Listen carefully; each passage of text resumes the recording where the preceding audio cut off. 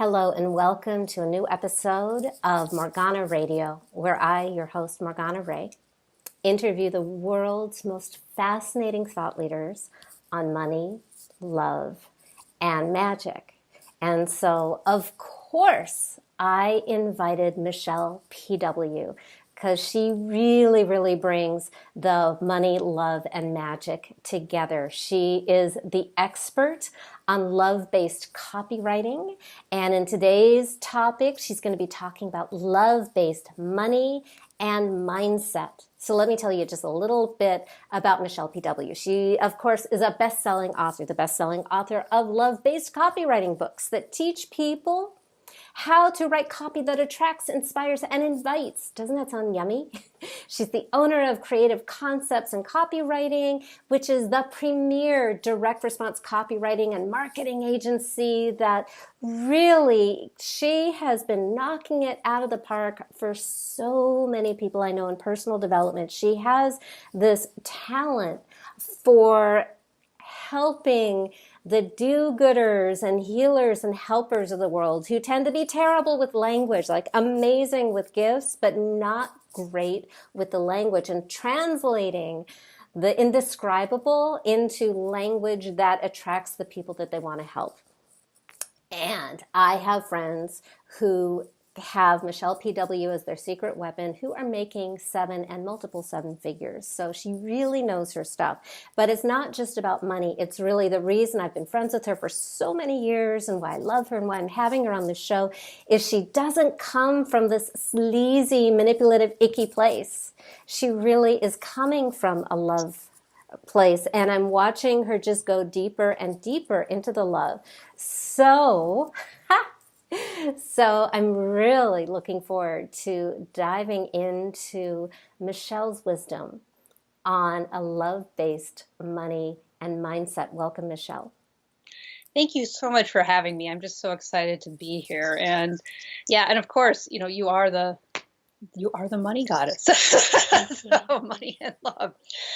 So yes, and we've known each other such a long time. It's great, and it's just great to really be here and be able to just keep witnessing and each other and our transformations. Yeah. So, and oh, by the way, if you're listening on iTunes, top secret, this is also being video recorded, and you can catch the video of us at morganaradio.com, and also the super awesome gift that Michele brought us that we'll talk about later. So. And if you want to see the video, you see my awesome necklace. So. Yeah, you have to see the video just for the necklace. So let's dive right in. What the heck does love-based money even mean to you? What is that?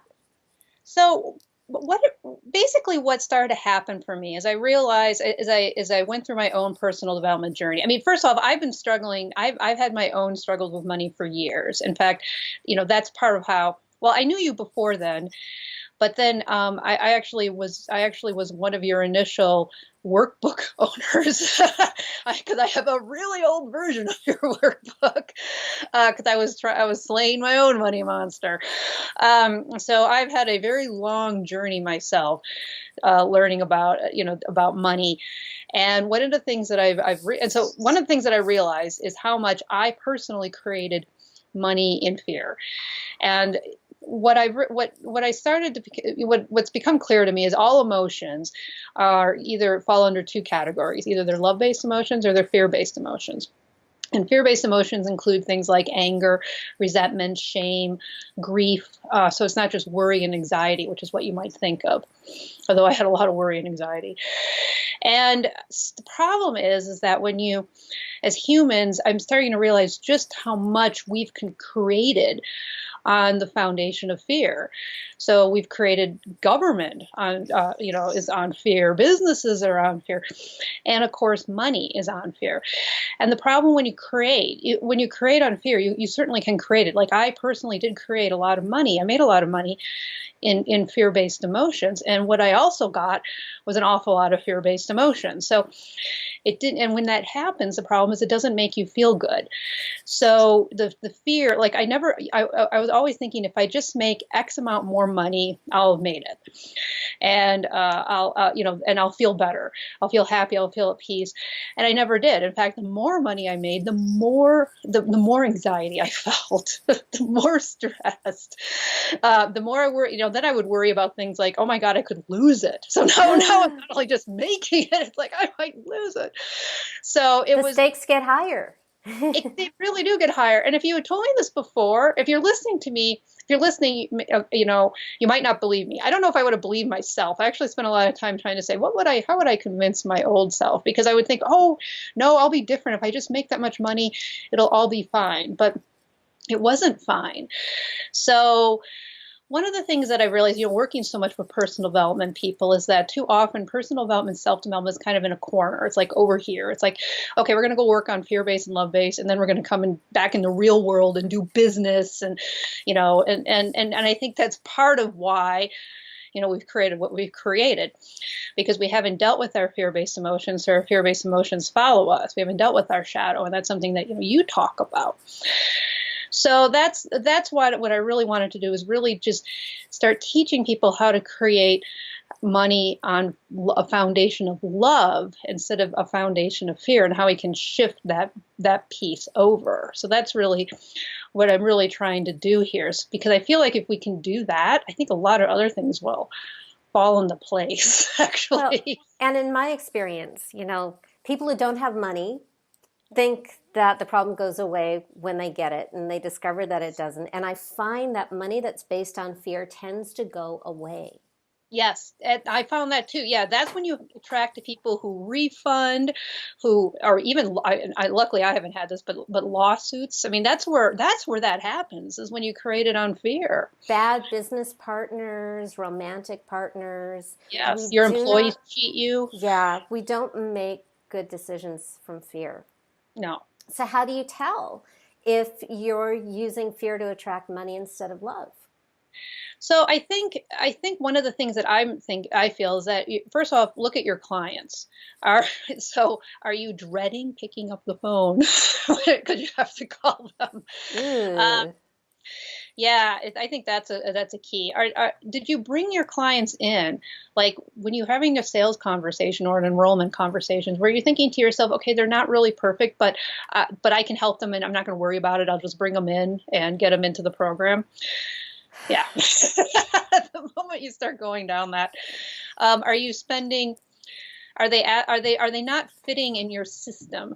So like you have like a standard set, like they want all this extra time, extra attention, extra whatever. So you're taking 80% of your time, and then you're not able to do it to your ideal clients. Are they threatening you? Like if you don't do such things, they're going to say bad things about you. So yeah, so I think, if you look at all of that, especially if you have a pattern, I think that's another big one too. If there's a pattern of always something going wrong. And then also look at your employees, or your team, your contractors. Do you have a never ending, contractors going through? Because I think that could be a sign. That's a sign that, maybe you've got one piece of the money. So that's the other thing too, is like when you're creating money on fear, it's like, I think it can manifest in so many different ways, depending on how your issues sort of come out. And if you're someone who doesn't feel like you have to do it all yourself, and you'll never be supported, you are never going to get a decent team. Your team is always going to let you down, and you're going to be up in the middle of the night going, oh my God, they didn't do it. Why do I even bother? And all this other stuff. So I know that's a really big issue in our industry. Yeah. I know. I think there's a lot of, maybe that's why, maybe that's one of those things, you become an entrepreneur because you're such a do-it-yourselfer. And so maybe it's like, there are certain common themes, and sometimes I think that might be one of them. And then another one would be, how do you feel? Like, that's kind of where are you thinking to yourself things like, well, I just need to make, X amount of money, and then I'll feel good. If I just reach this level, I'll feel good. It's backwards. It's totally backwards. But when you start playing that game, or if you're constantly chasing I think then that's another sign that you're creating on fear. And or if you say things like, well, okay, I'll just do this once.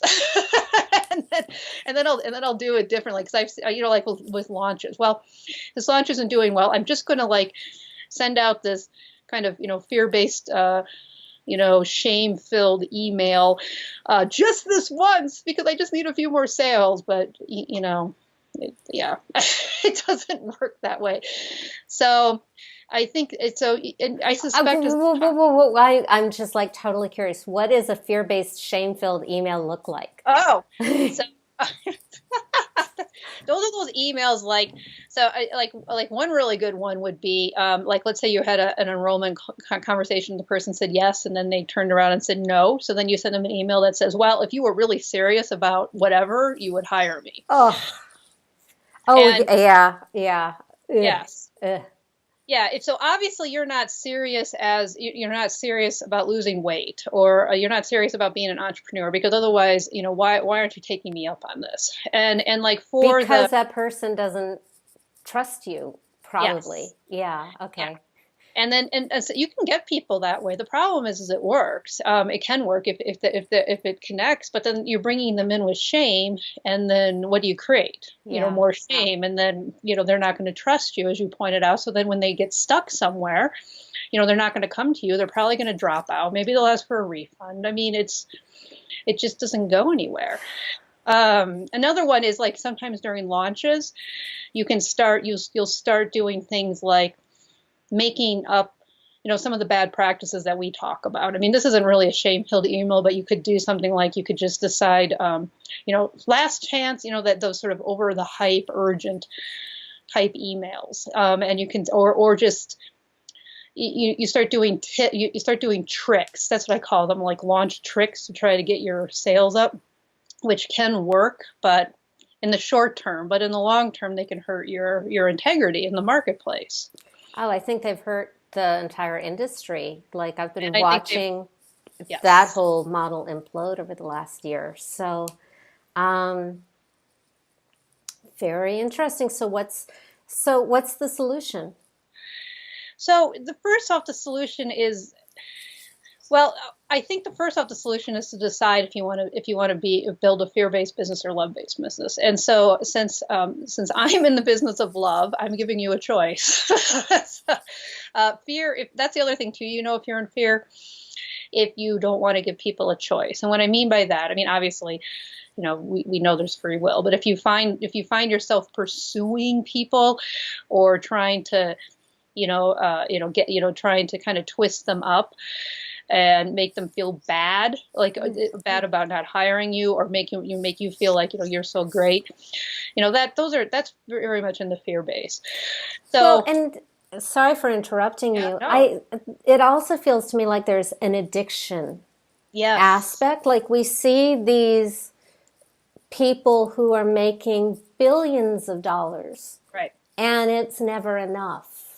Yes, because they're stuck in fear. So exactly. So they're building on, they themselves. I mean, when you think about it, we should be very compassionate, because their inner lives are probably a huge mess. I mean, what else would drive them? And by the way, I don't think there's anything wrong with making billions of dollars. Right. Unless you're like, killing the planet and polluting water, and they're doing bad things to do it. But, there are some people who are making billions of dollars who are giving it away and, with medicine and education. And so like making money is neutral. It is, exactly. Yeah. It doesn't have to be charged one way or the other. But if you have a charge, obviously, then that's going to. But how you can. So I think that the first step really is to make a decision. And, if you want to be a fear-based business, and I know, and I say that, and it sounds like, well, who would want to have a fear-based business? So, but really, I'm giving you a choice. And there are businesses out there who are successful, and they use fear-based tactics, and they're okay with it. They're at peace with it. And it is what it is. So it's not. So if that's where you are going to choose to go, then that's fine. Just be at peace with it. Make a choice. The worst thing you can do which is what I think most people do and why they get themselves so screwed up is that you say to yourself, okay, I want to be a love-based business. And that's what I was saying, like, except for this once, but then you get like stuck in like, oh my God, I need to make money. And then you start doing things that, oh, I'm just going to just do these fear-based tactics this one time. But you made a really good point that it may get you money up front. Right. But I know so many people who operate that way, and their refunds are through the roof. Their reputation on the street is crap, and it's not sustainable long term. No, and your brand, that's how you can hurt your brand long term. So you have to really resist that. And so make a choice. So if you're going to do love, so we're going to assume we're going to do love. Make a choice. Okay. And then, and if also the other thing is if you fall down and slip into fear, it's okay. We will forgive you. You don't. So there's lots of restarts. And then the next thing is to not, the next time you feel like you something bad happens, like you lose a client or an unexpected bill pops up or whatever is triggering you, don't do what you normally do, which I'm going to guess is some sort of spinning around, like, oh, who can I call? Can I do another launch? Oh my God. So you start spinning around and doing some sort of frantic marketing thing to bring in money. Don't do that. Just stop and breathe and just kind of let the emotions move through you, because the more you do that, the more you'll break that hold. And then once you kind of break in, feel the fear-based emotions. Don't not feel them. Let them all bubble up. Feel them. Let them move through you. Maybe you have to go walk around or go to hot yoga too. And then make a decision. Once they've moved through you and you're not in that frantic mode, then you can start creating money on LoveBased, because then you can start to hear your inner wisdom, your intuition, and then you can move into and when you write marketing copy from that space of love, you're going to be attracting and inspiring and inviting people versus slipping into fear, which is the problem when you're in that frantic mode, like, oh my God, I need money right now, and you sit down to write marketing copy like that. Forget it. It's a mess. Beautiful. And you would know. Yes.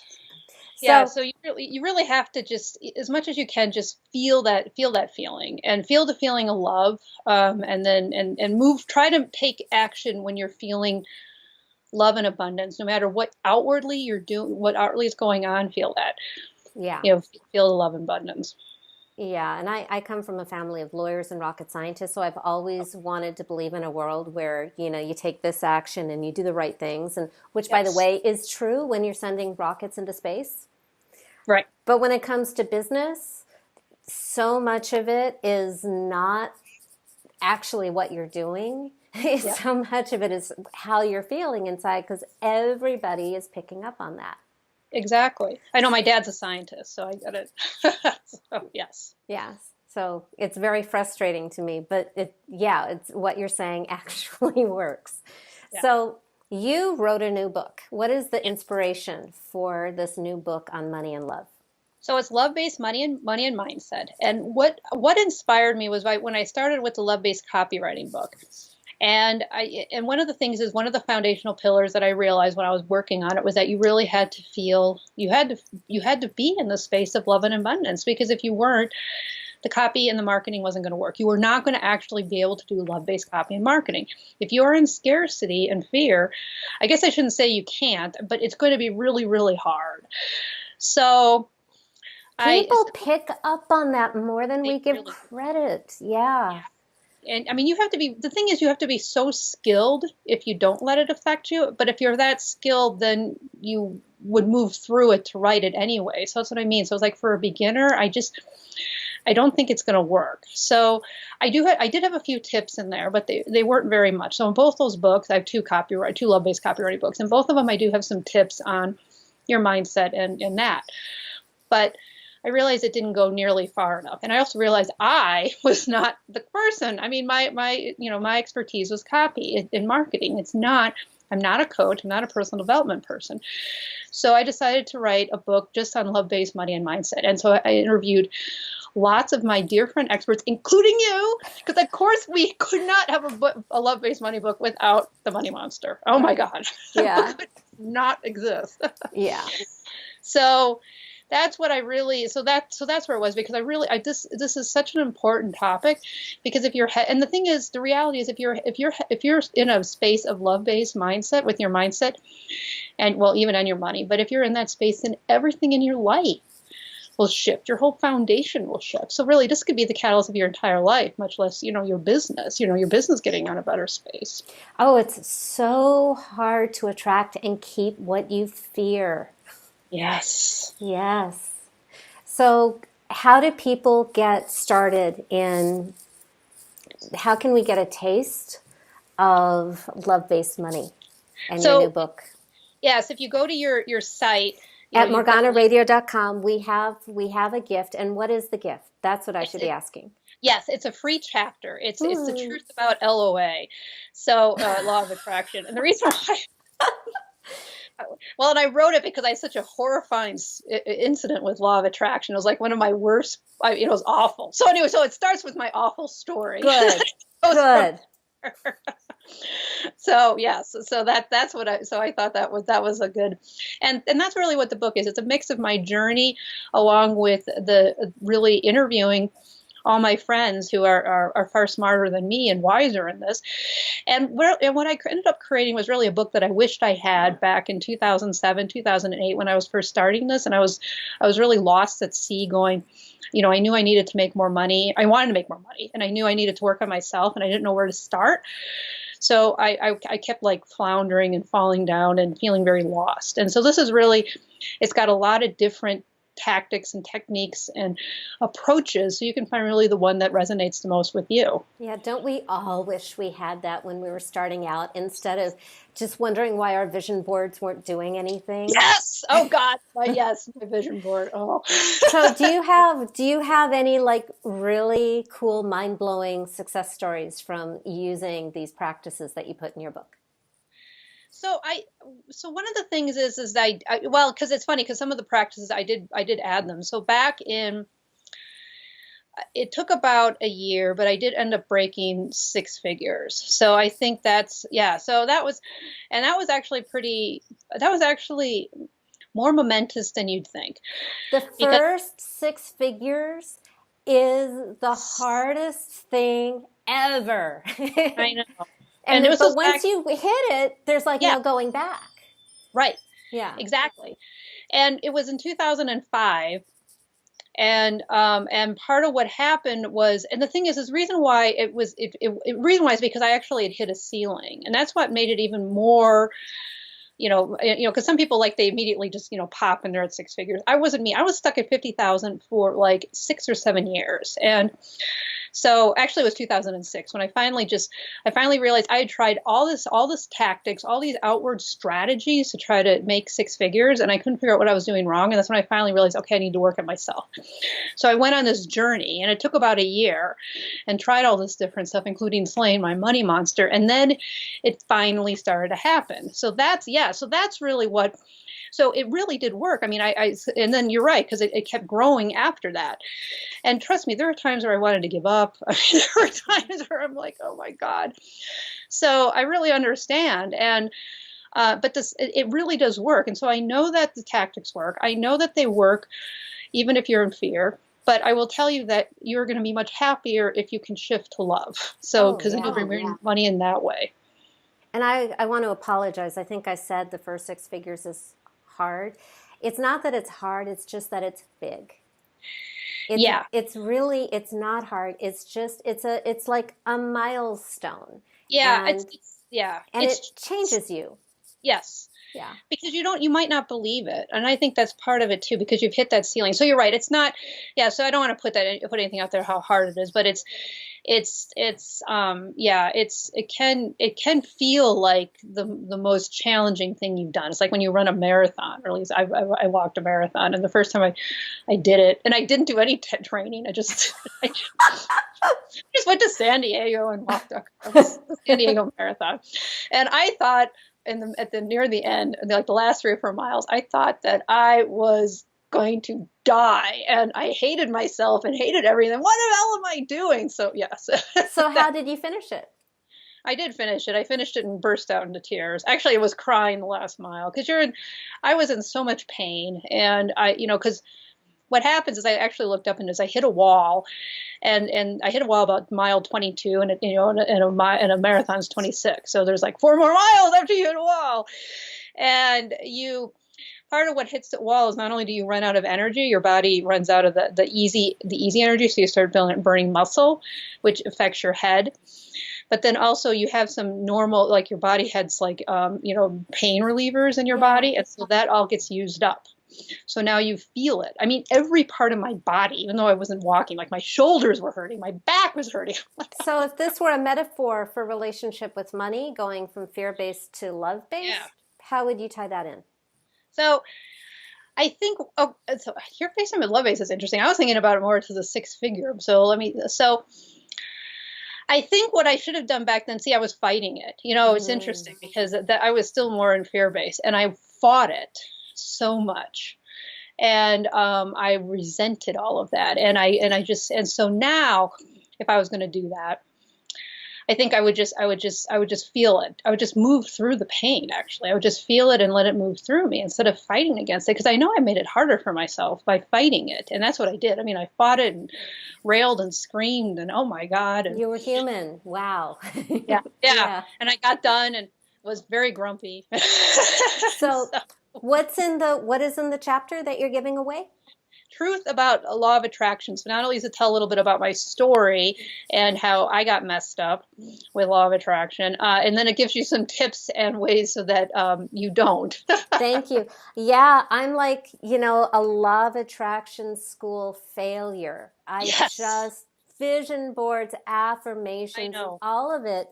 And it's missing a piece. And so you're addressing that and you're giving a way through it for anybody. By the way, you can believe in law of attraction. I have no problem with that. I have lots and lots of friends who live it and love it.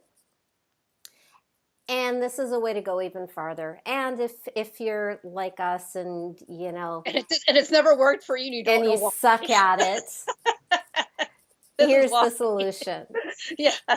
And and your book is available now, right? Yes. So It's on Amazon, Barnes and Noble, Coco, I think it is, iTunes. So yes, all the big places. And I'm in your book. I am so honored, excited to be in your book. So, get a first date with Michele PW, who is, of course, the writing queen anyway, and get the chapter, fall in love, and then get the book, Love-Based Money. I have the title right? Love-Based Money and Mindset. Love-Based Money and Mindset. That is a great name. Do you have any final words before we wrap up? Just be patient with yourself. I mean, I think you're human, you're going to fall down, it'll be okay. By the way, you get to be rich and you get to get lots of love and lots of freedom and have a great life and not do any of it perfectly. Yes. Yes, exactly. Yay. It'll be good. Yay, great. Well. Mwah. Thank you so much. Thank you.